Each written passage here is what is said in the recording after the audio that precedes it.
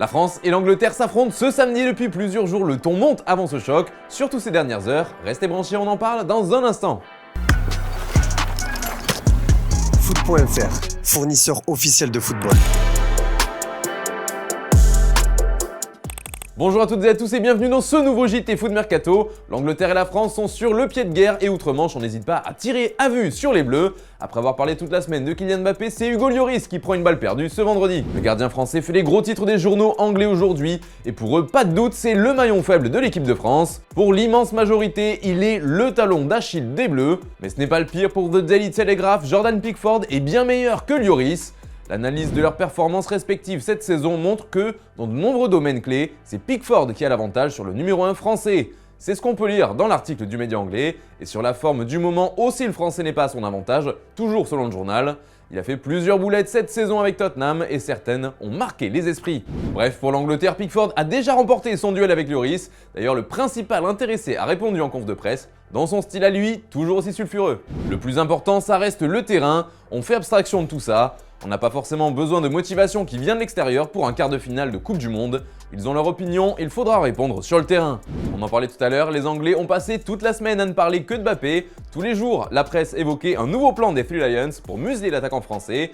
Bien, tout ça ne semble pas vraiment inquiéter notre sélectionneur Didier Deschamps. L'Angleterre prendra des dispositions, comme nos 4 adversaires précédents ont pris des dispositions. Après, Kylian a cette capacité de pouvoir faire des différences. Et même sur le dernier match où il n'était pas au mieux de sa forme par rapport aux 2 premiers, il a quand même été décisif. Mais de pouvoir répartir le danger pour notre adversaire, ça évite évidemment de focaliser un peu plus des précautions sur Kylian. Mais Kylian restera toujours Kylian et à tout moment, cette capacité de pouvoir être décisif.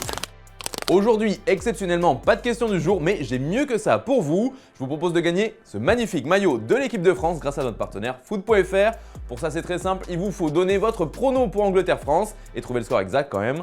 Et on vous donnera le nom du gagnant dans le JT de dimanche. Bonne chance à vous les amis. Et si vous cherchez un autre maillot ou que vous ne pouvez pas attendre jusqu'à dimanche, je vous mets le lien dans la description juste en dessous pour la boutique. Toujours au Qatar, le Portugal fait beaucoup parler en ce moment, notamment autour de la gestion du cas CR7. Privé du 11 titulaire contre la Suisse, Cristiano Ronaldo n'aurait pas du tout apprécié, expliquait le journal Record, et il aurait même voulu quitter la sélection et le mondial, avant finalement de se raviser. Une info rapidement démentie par la fédération portugaise, et aujourd'hui c'est au tour du sélectionneur Fernando Santos d'évoquer la gestion de Ronaldo, et au passage de démonter les informations le concernant. Mais la seule conversation que j'ai eue avec lui a été avant le match contre la Suisse, pour lui dire qu'il allait être remplaçant. A-t-il avoué en conférence de presse. Je lui ai dit qu'il n'allait pas être titulaire en 8e de finale, il n'était pas content de la conversation comme d'habitude, mais c'était une conversation normale où chacun montrait son point de vue. Il ne m'a jamais dit qu'il allait quitter la sélection du Portugal, il ne me l'a jamais dit. Il faut voir son attitude, il a fêté les buts avec ses coéquipiers, remercie les supporters. Il est temps d'en finir et d'arrêter avec ça. Un peu de mercato maintenant avec une jeune pépite qui était présente au mondial avec l'Allemagne. Il s'agit de Youssoufa Moukoko qui continue de séduire les plus grandes équipes du monde. Et justement, selon Sport, le Barça vient d'entrer dans la danse pour essayer de le faire venir. Il faut dire que Moukoko sera en fin de contrat en juin prochain, même si le Borussia Dortmund est confiant quant à sa prolongation. Sport explique que le FC Barcelone serait le club préféré du joueur. Les Catalans pourraient donc jouer la carte du cœur pour remporter les enchères, car ce sera une vraie bataille a priori, vu que le PSG, Chelsea et même le Real Madrid sont très séduits par ses aptitudes. Allez, on se quitte avec la traditionnelle image du jour et aujourd'hui on va revenir sur l'Angleterre qui s'entraîne dur avant son match face à la France. Mais bon, il y a quand même des moments de rigolade comme entre Grealish et Foden qui ont tenté une brésilienne et c'était franchement pas mal, enfin surtout au début. Bonne soirée les amis et bon week-end.